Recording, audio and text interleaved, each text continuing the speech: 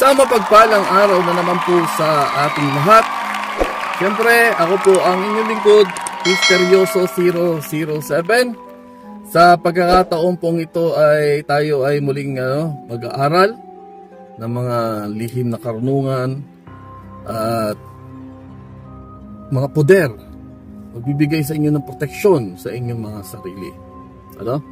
Sa mga nakaraang video ay ako po ay nakapagturo na ng mga poder na pwede nyo magamit upang kayo ay poderan ng mga ganitong mga tinatawag ninyo. Upang hindi kayo basta-basta talaban o tamaan ng mga ibiyabato sa inyo ng mga kalaban, mga kaliwang grupo, mga kaliwang mga kampo na kadiliman. So ngayon po ay aking ituturo sa inyo ang isang uri ng poder na magbibigay sa inyo ng protection. Protection na kung saan ito ay hindi kayo babalikan ng sakit na inyong ginagamot sa isang tao, sa isang humihingi sa inyo ng tulong. Ang poder na to ay uusalin mo. Uusalin mo to bago ka manggagamot. Okay guys? So, natapos na tayo sa pagkakarga ng mga poder sa inyong proteksyon. Ngayon, ang aking ituturo ay ang poder bago ka manggamot. Bakit kailangan natin usalin ito? Upang hindi po ninyo mahigop, hindi mo mahigop ang sakit ng taong iyong ginagamot. Kalimitan kasi guys, meron na akong mga nakakausap at magsasabi sa akin na bakit daw sila kapag sila ay nanggagamot ay sila nagkakaroon ng sakit, nasasaktan sila, nagkakaroon sila ng mga problema sa karamdaman. And then yung iba naman, yung iba mga nangihilot, bakit daw kapag sila nangihilot ay naihigop nila ang sakit ng kanilang hinihilot. Ganun yung mga taong nagtatanong sa akin at marami pang iba yung tungkol sa mga bakit sila nagkakasakit o bakit yung pamilya ko nagkakasakit kapag ako ay nanggagamot. Kaya minsan daw hindi nila kinakaya ang sakit, lumilipat daw sa kanila ang sakit. Kasi guys, hindi nila alam yung kagaya ng ganitong orasyon, poder bago manggamot. Hindi nila ginagamit, hindi nila alam, hindi sila aware. Hindi sila naturuan na bago ka manggagamot ay meron kang dapat usalin. Meron kang dapat ikarga sa iyong sarili, ipoder. So, eto 'yun. Isa ito. Maraming mga orasyon ang ginagamit para maproteksyonan ka, para hindi mo makuha yung sakit ng inyong ginagamot. At isa ito sa aking ituturo sa inyo. So, para doon sa mga tao na lumalapit sa akin, nakakausap ako, nagsasabi sa akin na bakit sila binabalikan o baging yung kanilang pamilya ay binabalikan ng mga sakit kapag sila ay nanggagamot. So, ito ang sagot doon. Magpopoder ka bago ka manggagamot.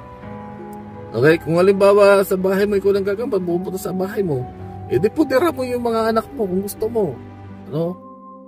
Salin mo lang ito ng 3 ulit at sihip mo sa kanyang tuktok.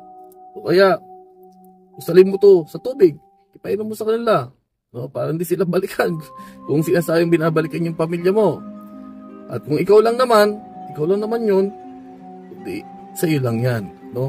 Salin mo to ng 3 ulit kung gusto mo at ihip mo sa dibdib na 3 ulit. O kaya, dito. Ganun mo sa katawan mo. Ibalot mo sa katawan mo kapag nausal mo na. Okay lang naman na usal ito ng 1 ulit. Pero much better kung uusalin mo ito ng 3 ulit. Much better.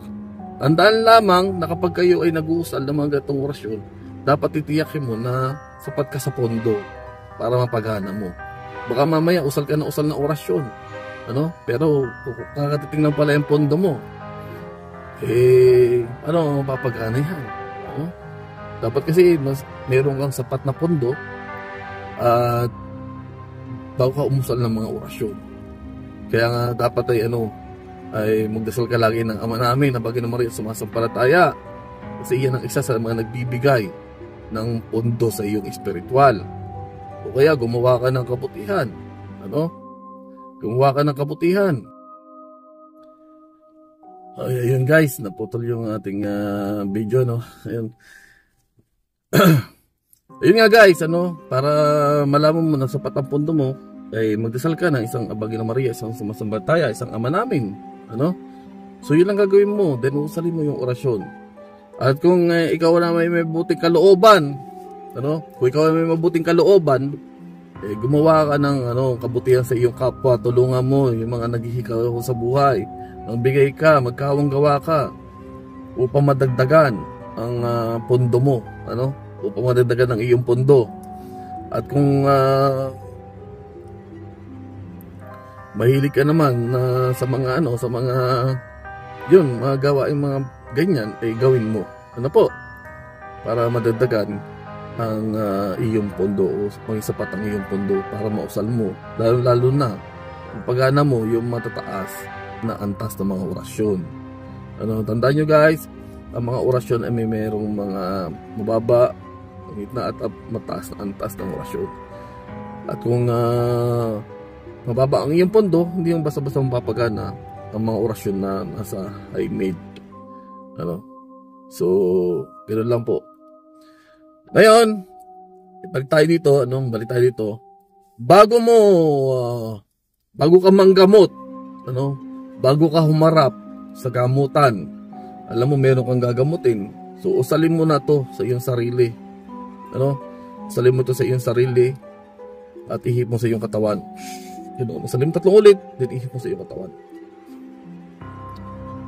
Kaya sa iyong dalawang palat, ganoon mo siya. Ha? I-plus mo sa iyong buong katawan upang hindi ka mabalikan, upang hindi mo mahigop ang karamdaman ng iyong ginagamot. So ito yung sagot sa mga katanungan ng mga ibang mga tao na naghihilot, na nanggagamot, kung bakit daw kasi sila nagkakaroon ng sakit. So ito yun guys, gamitin nyo, ingatan nyo, alagaan ninyo guys, alagaan nyo, konsagrahin nyo, binyagan nyo sa inyo sarili, mantrahin nyo para mas maging malakas at epektibo ang orasyong inyong kukunin ngayon. So, huwag natin patagalin.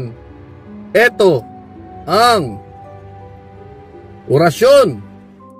Jesus Domini ay Eterno, Jesus Domini Sagrado, Jesus Domini Dei, Jesus Rex Sum Deum, Jesus Emmanuel, Ya Salvador del Mundo, Akdo, Akdum, Akdudum, Jesu Cristo, Yahushua, Salvami, Ya, Aha, Ha.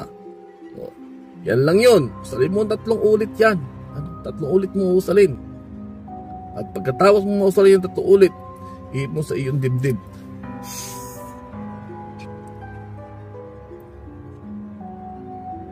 O kaya ihip mo dito. Ganun mo sa iyong katawan. So baliwanag guys ha. Itong orasyong ito ay gamitin nyo, ingatan ninyo, at huwag nyo hahayaan mahawakan ng mga tao o huwag nyo hahayaan na makuha ng ibang mga tao. Ano? At tandaan, kapag ikaw ay susulat ng orasyon, kinukopya mo orasyon ko, huwag mo ipapakita sa ibang tao yung sinulat mo. At huwag mong pahawakan yung orasyon na sinulat mo. Ano? Hindi mo alam na mayroong mga lihim na may mga lihim dyan na akala mo ay kakampi mo. May pala ay didiskumonyo nila yung orasyon na hawak-hawak mo, yung gamit mo. Kasi kung meron tayong pandiskumonyo, yung mga putian, meron din silang pandiskumonyo sa iyo. So mag-iingat ka. Kung hindi mo kayang protektahan yung mga kinukuha mo sa akin, ay ingatan mo na lang. Ingatan mo na lang. Kasi ako, protektado ako. Kaya nga ako natuturo di ba? Kahit kunin mo yan, kahit diskumonyo mo yan, wala kang magagawa sa akin. So, kahit diskumonyo mo yung kapangyarihan ko, wala silang magagawa sa akin. At may higupan ko pa sila ng lakas ng mga poder at kapangyarihan. Makukuha ko yan sa kanila. Ganon si Misteryoso. Kaya, ingatan ninyo kung hindi nyo kaya, ingatan nyo na lang para hindi madiscommune, para hindi kayo umaasa na buhay pa yung orasyon nyo, may bisa pa yung orasyon nyo, then sa oras ng kamutan, hindi mo mapagana kasi nga nawalan na ng bisa, natanggalan ng bisa ng mga kalaban. Ganyan yun, mag-ingat kayo, ingat. So hanggang dito na lang po muli ang aking video, nawa ay inyo magawa ito at magawa ng tama sa tamang pagkakataon. And then sa susunod na video ay muli po tayo magkita-kita. Ako po si Misteryoso 007 na laging nagsasabi sa inyo, God bless you all. Bye!